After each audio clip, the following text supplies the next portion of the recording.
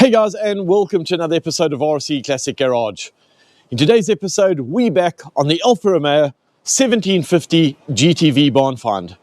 Now, if you've been following this series, you'll know that we dragged that car out of a barn where it had been sitting for 40 years. And we are bringing it back to life right here on the channel. In the last episode, we hit a huge milestone where this car was painted at Painting Classic Cars, collected and brought back into the garage. We are now entering my favorite part of a restoration, and that's the reassembly process. So, with loads to reassemble, let's get stuck in. Right, before I move to the back of the car, where, if you remember, the whole teardown actually started, there's one small but very important detail I need to sort out first, and that's the engine bay body badge. Now, I originally fitted the badge with the number 10544, and fair play to you guys in the comments. Someone spotted straight away that that wasn't quite right. That badge is actually for a left-hand drive 1750. What I should have had is 10545, which is correct for a right-hand drive car like mine. So I've got the new badge now, and before we go any further with the assembly, I want to get this right. So let's swap it over. Now we can finally start putting the car back together. And we go right back to where the whole project began and start with the rear lights.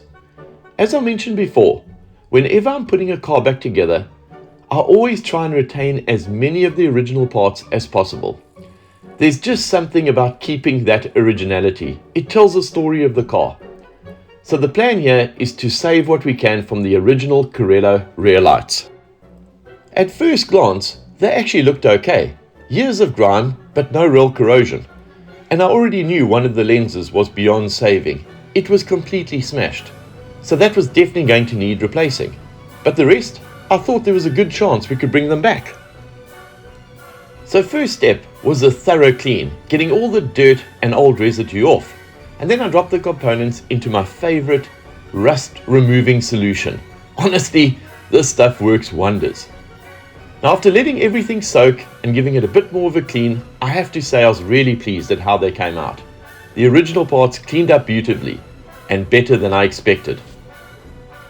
And just as I'd hoped, apart from one broken lens, everything else was perfectly usable. So, with a brand new Carello lens and a new reflector to replace the broken bits, it was time to put everything back together. I completely stripped the units down, cleaned every component properly, and then carefully assembled them. And this is exactly why I love restoring rather than replacing, because in the end you keep the original character, but everything looks fresh again. So now, with the rear light units rebuilt and looking like new, we were ready to get them back onto the car. I start by very carefully fitting the first unit into place, and I have to say it went on exactly how you want it to. Nice and easy, no fighting, no forcing, just lined up perfectly. And this is where all that time spent test fitting during the build really pays off. It might feel a bit tedious at the time, taking things on and off, checking alignment, but when you get to final assembly and everything just slots into place, it makes the whole process so much more enjoyable. And now moving on to the wiring. When I was working in the boot earlier in the build, I took the time to properly clean up the wiring loom and retape it. All wires were perfect as it preserved well in the barn. Before connecting everything, I referred back to old photos I took during disassembly. That's something I've always recommended. Having that visual reference makes life so much easier. But just to be on the safe side, I also double-checked everything against the wiring diagram. It's one of those areas where it's worth taking an extra minute just to make sure everything is exactly where it should be. Once the first was on, I repeated the whole process on the other side. Same result. Thankfully, both fitted really well, which is always a bit of a relief at this stage. Now here's the thing with the original lens. And I have to say, it actually matches up really well with the new one on the other side. That's always a bit of a concern when you're mixing old and new parts, especially with things like lenses, where color and clarity can vary quite a bit over time. But in this case, they're remarkably close. You'd be hard pushed to spot the difference unless you were looking for it. And I think it's a big part of that comes down to the car's history. You've got to remember, this car only spent about 14 years on the road before it was taken off and stored away in a dark barn. And that kind of storage has helped preserve so many of the original components. All the plastics, the wiring, the rubber seals, even the lenses, they've all held up incredibly well. There's none that have heavy sun damage or fading that you'd normally expect from a car of this age. I thought this would also be a good opportunity to add a bit of weight to the rear of the car. I was quite curious to see how the Veloci Sport suspension kit would settle once there's actually a load at the back. I was hoping this might just sit a little bit lower, though we will see. The spare wheel itself came out really nicely. The wheel has been freshly powder coated, so looks good as new. And I fitted a new Blockley tyre, nice and period correct. Now it's time to finish off the boot lid with the badges. And this is one of those jobs that really starts to bring the car back to life. First up, the 1750 script badge. At some point in the car's past, the original had actually broken. And rather than being repaired properly, someone had riveted it through to hold it into the old boot lid. Not exactly the most elegant solution, and definitely not something worth saving. So this meant a new 1750 script badge was the way to go. Now before painting, I had made sure all the holes were correctly positioned. So now it's just a case of carefully lining everything up, and I have to say, it fits perfectly. To secure it, there are 5 small retaining clips that push onto the badge from the inside of the boot lid. It's a simple setup, but it works really well. Nice and secure, and a clean finish on the outside. Once that's in place, I go ahead and refit the original Alfa Romeo badge. Now thankfully this one is in really good condition and it cleaned up beautifully, and there was no need to replace it, which is always really nice because keeping these original details wherever possible just adds to the authenticity of the car. Then on to the next job, fitting the rear bumper. But before anything goes back on the car, it needs a proper clean and polish. And I followed exactly the same process on both the front and rear bumpers. The first step was to thoroughly clean the bumper. I used hot water and soap and some steel wool, working both inside and out. Years of grime, dirt had built up. So this stage is all about stripping everything back just to make sure it's really clean. Once cleaned, they did come out better, but still quite dull and pretty typical for stainless steel that's been sitting for years. It's not damaged, it just loses its shine over time. So the next step, I started to bring back the shine. I went in first with some Brasso and a polishing pad on a drill.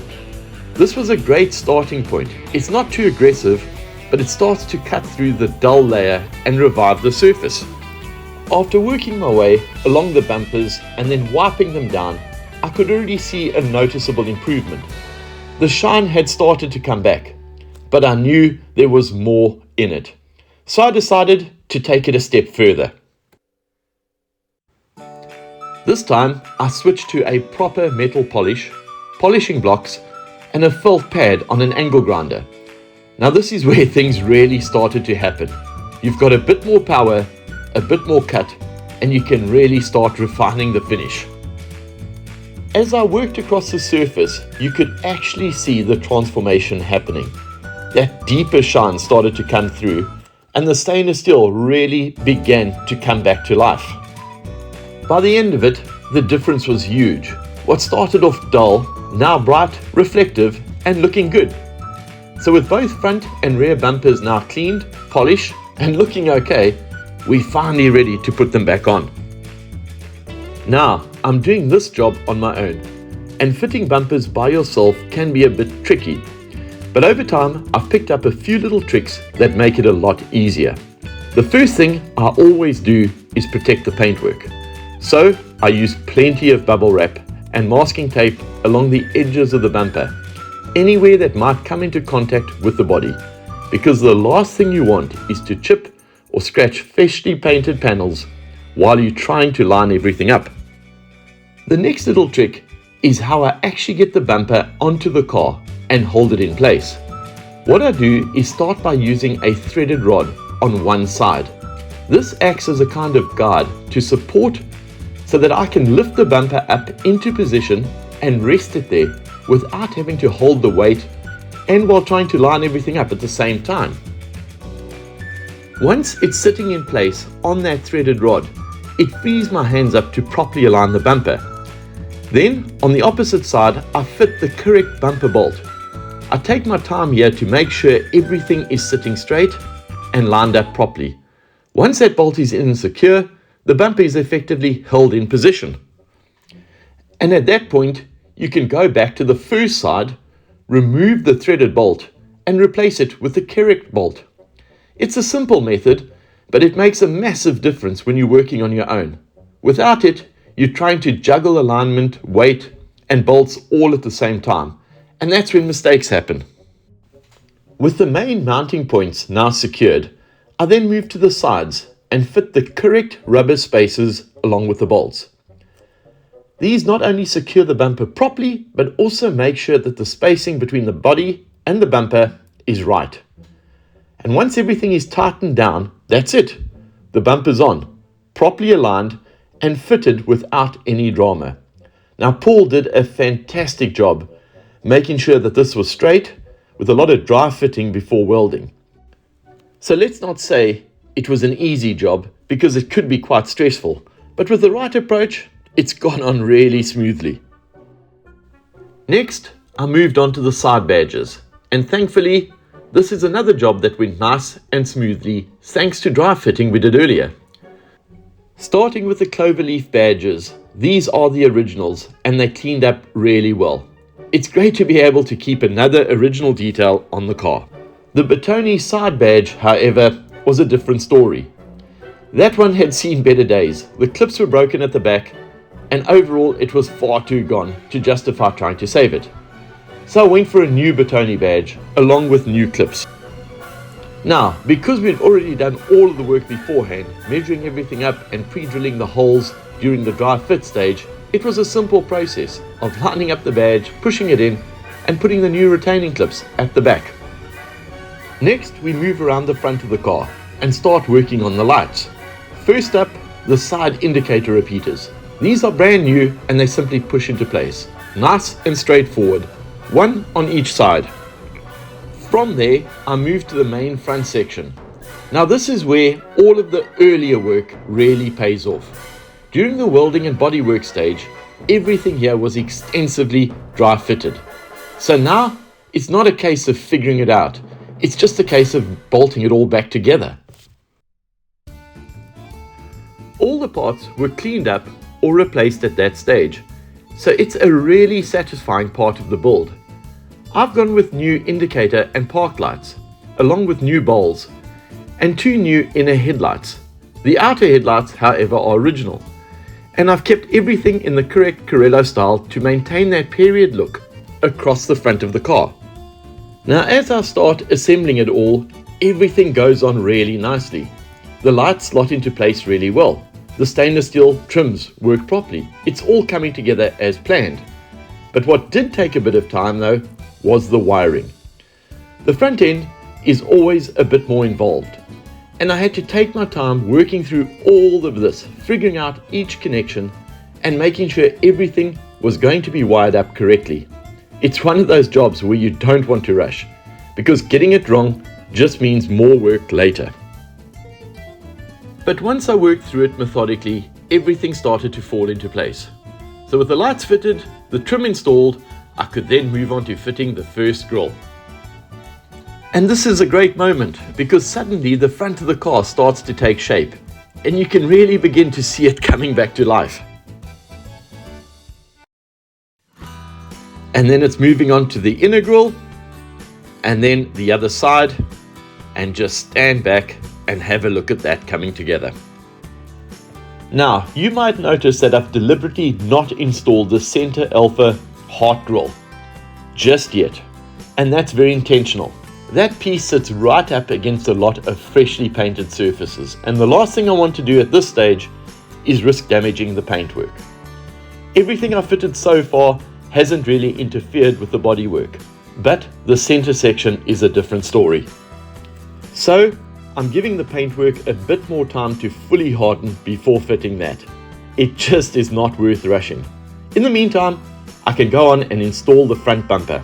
Now, the process here is very similar to what I did at the rear, but with one small improvement. This time, I used 2 guide rods instead of 1. And I have to say, it worked an absolute treat, especially doing the job on my own.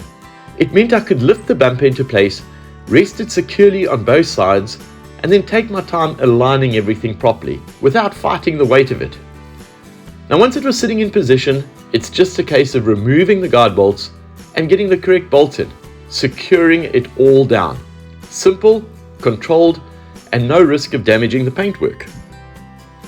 Now, with both front and rear starting to come together, I have to admit I was getting really eager to see what it's actually going to look like when it's sitting properly, especially on its GTA wheels. So I couldn't resist. I decided to fit them. Now that said, I'm still being quite cautious with what I install at this stage. You'll notice I haven't fitted any of the side trim or the glass nor trim to the doors yet, and that's very deliberate. Those are areas where there's a lot of potential for contact with the paintwork. All things that can easily mark or damage fresh paint if you're not careful. So, just like the grill that I did earlier, I'm giving the paint a bit more time to properly cure before tackling those parts. It's all about patience at this stage. I'd rather wait a little longer than risk undoing all the hard work that's gone into getting the finish right. And those GTA wheels really suit the car perfectly. It's exactly the look I was hoping for. Now guys, I know that there have been a few comments that essentially I'm sitting with 2 1750s, but the red one is a Mark 1, the yellow one is a Mark 2, and they are quite different. So the Mark 1, if we look at the top of the boot, it only has a 1750 script. The Mark 2 has a 1750 script and an Alfa badge. If we look at the bumpers, again very different. The Mark 1 has no overrides, where the Mark 2 does have overrides. And also, the Mark 1 does not have number plate lights, and the Mark 2 does have number plate lights. And again, going through to the front of the car, quite a few differences again on the bumpers. No overrides on the Mark 1, where we have overrides on the Mark 2. The indicators are also very different. The Mark 1, it sits on top of the bumper, and the Mark 2, it sits inside the bodywork with a side repeater, where the Mark 1 does not have a side repeater. So guys, as we do go through the build, I'm very happy to point out the differences between the Mark 1 and the Mark 2 of the 1750, because there are a lot more. But guys, as you can see, we've made really good progress at starting to put together the Alfa Romeo 1750 barn find. And it's also the 1-year anniversary. It's exactly 1 year since I pulled that car out of the barn. But here it is, freshly painted, and we started putting the exterior back together. Now, as I've said, I've purposefully not put in some of the glass around the side, some of the trim around the side, and the heart, because I'm letting the paint cure a bit more. So please, guys, join me on the next episode where we will start with more of the mechanical bits. We need to get the tank in, we need to get the pedal box in, we need to get the master cylinders in, and we need to start fitting out the engine bay. That will then enable us to put in the fuel lines, brake lines, and hopefully get to a stage where we can drop in that Veloci Sport engine that has already been rebuilt. So guys, thanks for watching another episode of RC Classic Garage. Please join me on the next episode and we continue on the Alfa Romeo GTV barn find. We also have some very exciting news in that Porsche that is coming from America has had its light conversion and is currently with the DVLA for registration. So hopefully I'll be able to pick that car up from my car imports, and we'll have exciting new addition to the collection and something to share on the channel, because the story behind that car is absolutely amazing. So guys, again, thanks for watching. See you all next time. Ciao.